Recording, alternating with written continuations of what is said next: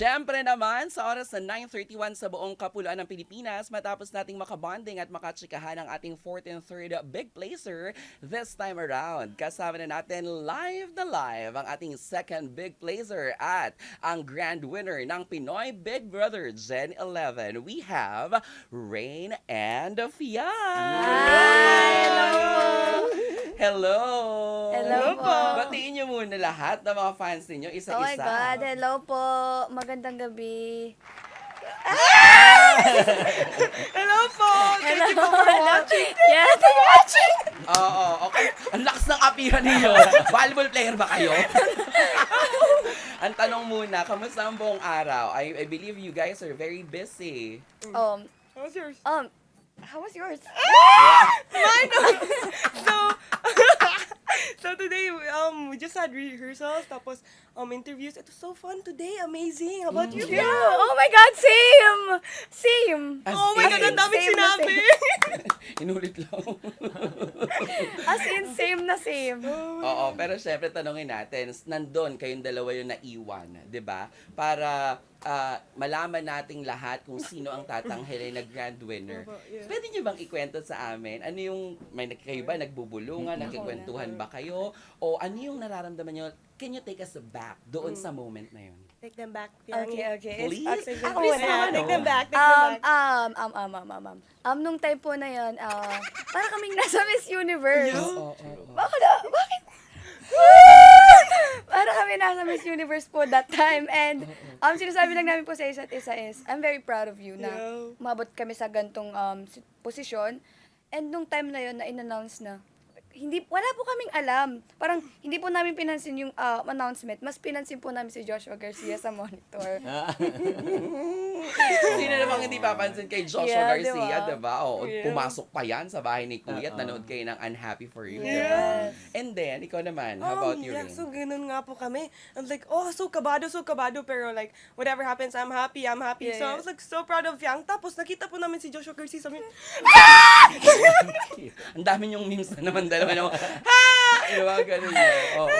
Okay Oo. po, yeah. And then, nung in-announce na syempre, ikaw yung una, tapos si Fiang na yung naiwan para siya na yung salubungin na pinakabagong big winner. Ano na, nung nakita mo na yung mga tao sa labas? Yeah, nakita ko na yung people outside. I was like, crazy, there's people talaga nagwo-watch. So I was like, At may mga banner. Yeah! Oo. So I was like, wow, amazing! Crazy talaga yan. Tapos, actually, nung papunta doon sa people, nahulog pa ako sa wheelchair. Kaya tuwang-tuwa talaga ako sa experience na yun.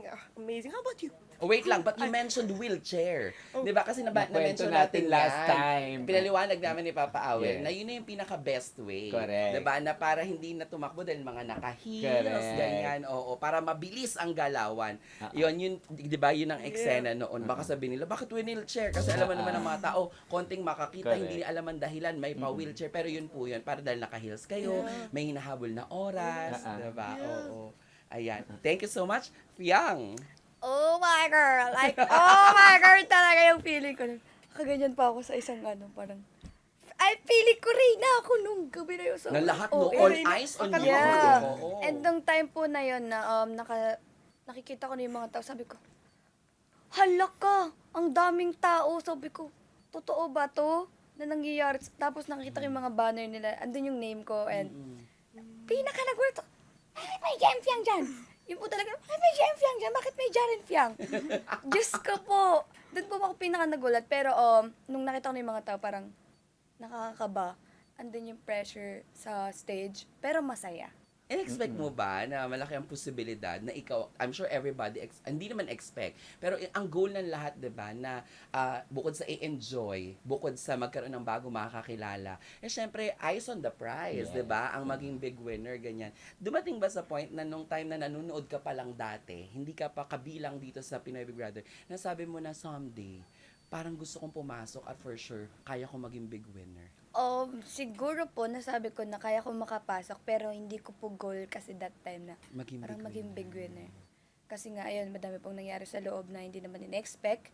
And, nung time po na nanonood ako ng PBB, parang, hindi ko naman, like, pinalangin na maging big winner talaga ako. Parang, makatungtong lang ako doon. sobrang laki na niya, di ba? Makatungtong. Oo.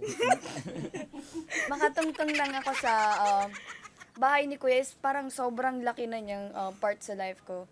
Pero, bako na big winner. Di ba? Nandun ka na sa listahan. May mga lumalabas na edits Nene Tabayo, di ba Yes, ganon? oo. Merong May Entrata, yung mga ganon. Correct. James Reid, Keanu Reeves, di ba? Mga Bea So, tapos yung mga latest na yun, Fiang, o di ba? Yes. Sabi. Yun.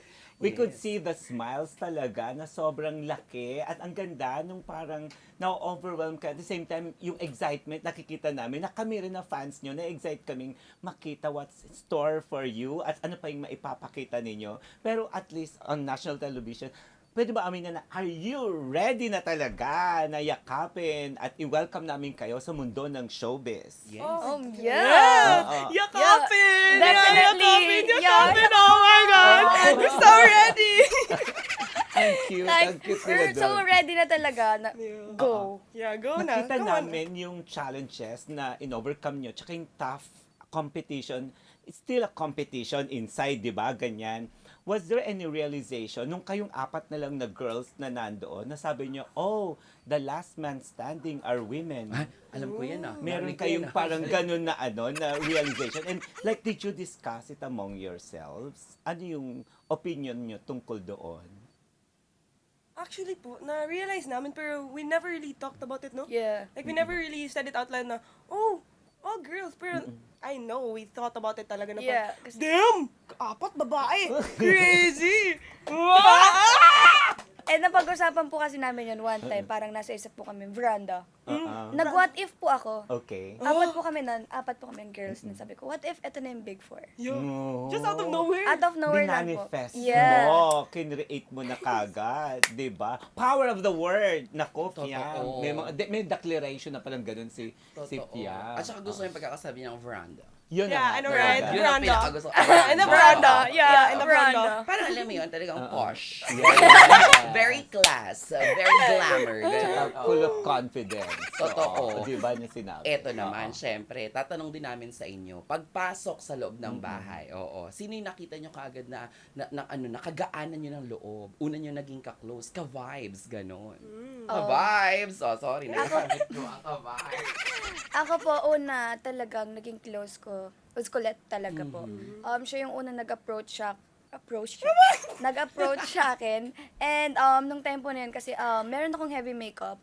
And gusto ko na siyang matanggal. And nung time po na yun, walang tissue or wala pa akong towel na pinibigay po si Kuya. So, pinahiram po sa akin ni Colette yung kanyang towel, face Wow. towel niya.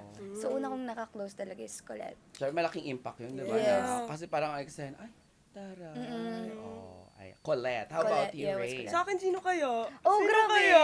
Naakin po si Keisha, po si Kai Montinola. Kasi first night pa lang nalaman namin, oh, Cebuana. Tapos, parang when we spoke, it felt like Cebu. So I was like, damn, nag-vibe lang talaga. Damn. Yun. Oo. For the more chika and showbiz updates, subscribe na sa Teleradyo Servisyo YouTube channel.